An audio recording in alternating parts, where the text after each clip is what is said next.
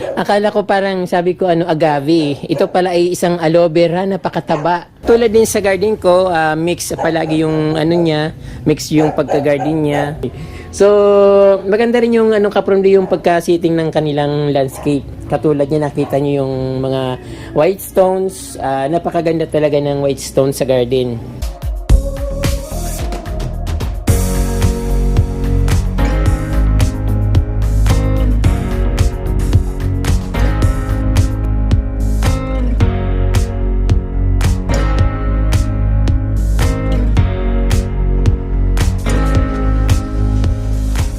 Magandang araw sa inyo ulit mga kapromdi. Nandito po ako sa Barangay San Francisco dito sa bayan ng Lagonoy, Camarines Sur. So pang third time ko na pong bumalik dito sa garden na ito. Kaya lang sabi nung una may ginagawa. So totoo naman pong may ginagawa. Tapos marami silang sinampay that time. Kasi madalas umulan dito. So minsan lang sila nakakapaglaba. Tapos minsan din sila makakapag patuyo ng mga labahin. Sometimes kasi may nagko-comment sa akin YouTube, sabi pumunta ka naman dito sa bandang San Francisco, Barangay San Francisco. Kaya lang hindi ko naman alam kung sino yung nagko-comment na yon.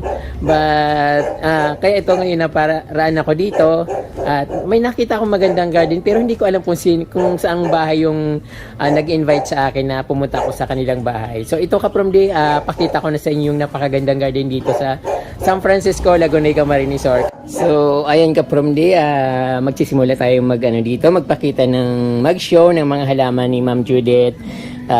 Dito siyempre sa may entrance, may nakalagay na pandakaki plant, then snake plant, tapos mayroon siyang magic fruit. Akala ko dito santan. So natatandaan ko yung nito, plant is a magic fruit. Then dito marami siyang mga dito sa kanyang pagka-landscape, meron siyang mga white stones. So parang garden ko rin to kapromdi, kaya lang yung mga white stones niya, binili niya ito, siguradong binili niya to kasi mas maganda at medyo malinis. Then meron ding crouton dito. Napakaganda rin tingnan, iba't ibang iba't ibang kulay yung niya, color. Then may napakataba. Akala ko nito kapromdi, kanina tinitingnan ko. Akala ko parang sabi ko agave. Ito pala ay isang aloe vera, napakataba. At namulaklak na siya. Wala na yung bulaklak niya, but yung aloe vera na ito parang kung nakikita nyo talagang napakaganda niya. Then ayan, may weeping plants, iba't ibang variety ng crouton. Saka yung maganda dito kapromdi, basta nakakakita akong mga bato-bato sa garden, yung parang mga white stones, naalala ko yung garden ko.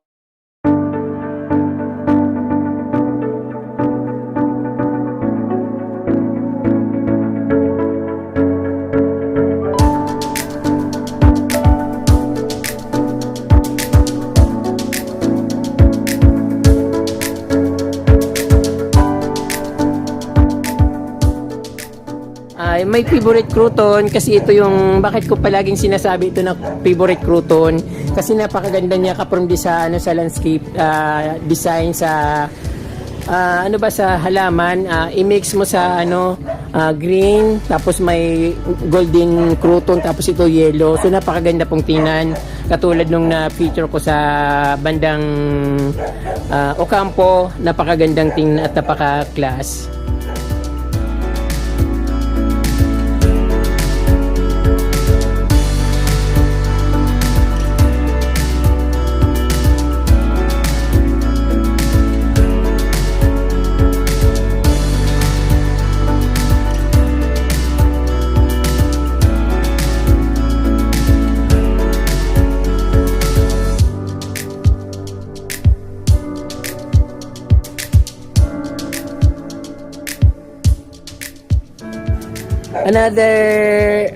Another dito kapromdi, aloe vera. So dami pala ditong aloe vera, parang mga maliliit na agave. So ang taba, ang ganda. Tapos yung pikara, agaw pansin yung mga pikara dito kasi bagay siya sa white stones na design dito sa garden ni Ma'am Judith.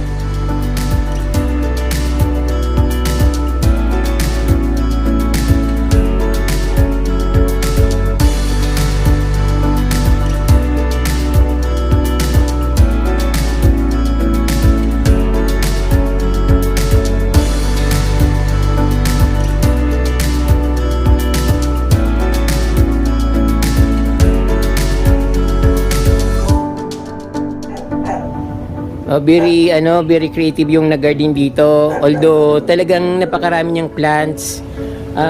Katulad din sa garden ko, mix palagi yung ano niya, mix yung pagka-garden niya, mga pagka-tanim niya.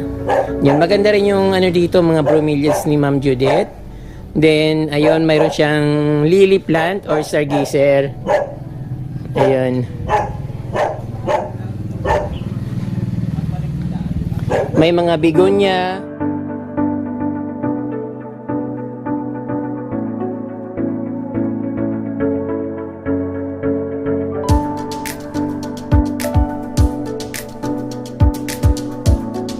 Ayun yung tunay na agave. Kanina kasi nakikita natin napakataba na aloe vera, pero parang agave rin. So ito talaga tunay na agave, napakalas niya at napakagandang tingnan. So ayun. Hindi ako masyado mga pagsalita kasi yung aso maingay. Pareho lang ako palang maingay. Yung aso sa ako parehong maingay. So ito lang kaprom di mayroon siyang mga bromeliads dito. Maganda. Nagiging kulay-kulay ito kapag maganda yung weather condition. Pag malamig yung panahon tapos matatamaan siya ng araw. Ayan, maganda yung kulay niya. Ayun, mayroon siyang ano dito, ginseng plant, Korean ginseng plant. Marami niyan dito sa amin, hindi lang isang nakikita ko, kundi halos lahat na garden dito mayroong ganitong plants. Mayroon din nga ako niyan.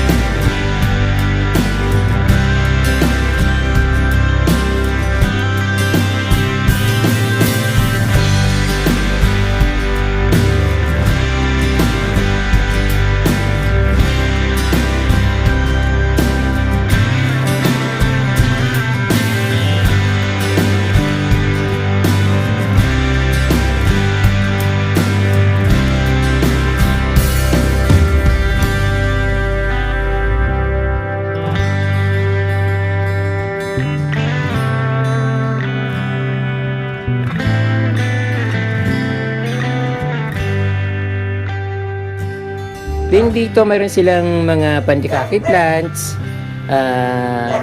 devil backbone, croton, Florida beauty, saka yung magandang bamboo, Chinese bamboo.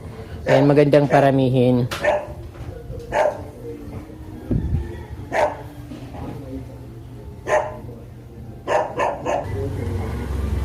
Dito ka from di sa harap ng bahay nila Ma'am Judith, dito sa kanilang pinakabalkonahe.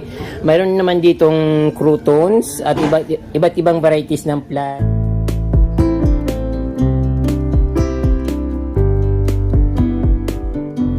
Siyempre ay agaw pansin yung pulang bromeliad, saka yung bulaklak ng lily. So ayun, napakaganda. Then another kapurumdi ano tawag dito, aloe vera. So napaka talaga ng aloe vera dito. Ang ganda ng pagkatubo dito.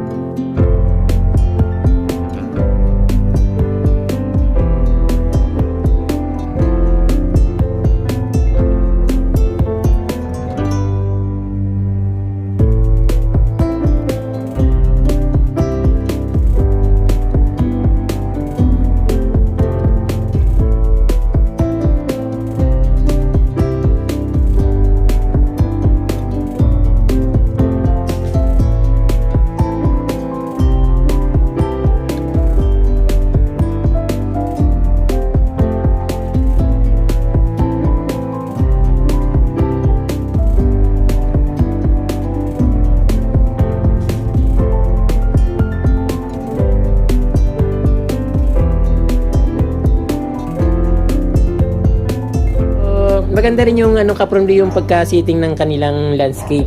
Katulad niya, nakita niyo yung mga white stones. Napakaganda talaga ng white stones sa garden.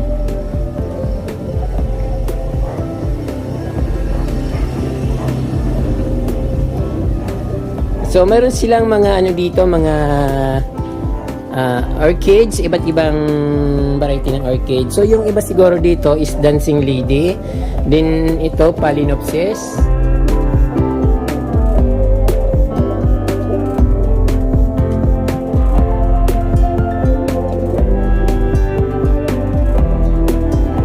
So ayan, napakarami talagang dito yung aloe vera. Kasi naman napakaganda ng dito yung araw. Pag kasi dito yung morning sun dito tumatama. So after mga 11 o'clock wala nang araw dito. So yung energy hit ng araw ng morning sun na absorb ng mga aloe vera, kaya ayan ganda ng nila pagkatubo.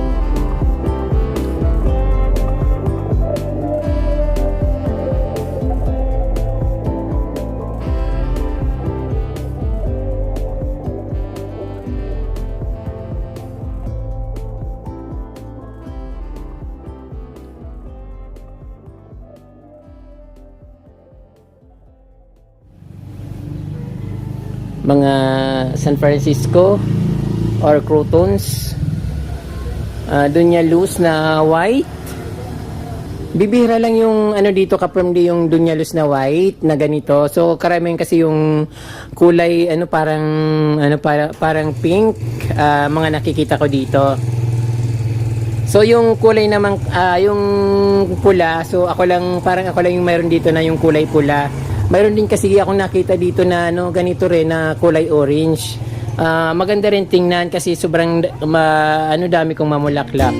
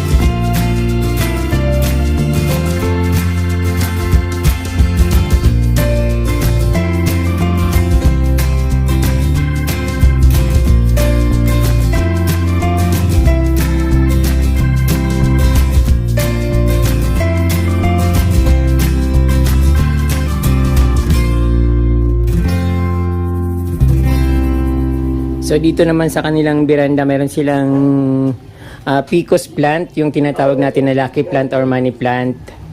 So ayun, meron silang ano dito ulit, snake plant, saka neon na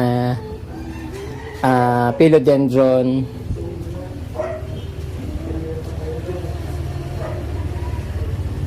Then mga croutons dito sa kanilang veranda. Ayan, iba't ibang klaseng varieties ng croutons. Siyempre yung ginagamit natin sa palamuti kapag dumarating yung Pasko, yung poinsettia, medyo light pa yung kulay niya. Then ito meron siyang another poinsettia na variegated yung bulaklak niya, napakaganda ng flowers niya. Malilit lang yung bulaklak pero maganda. Oh, ayun, medyo variegated siya. Meron siyang jade plant at maliit na bonsai.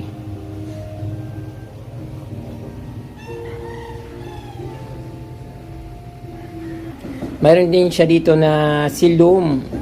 Medyo maliit pa yung kanyang silum pero napakadami niyang dahon. So napakaganda rin tingnan nito at napaka-class lalo pag sa bahay, yung malaki yung bahay mo tapos malaki rin yung plant mo na silum, parang napaka-class tingnan at napakaganda.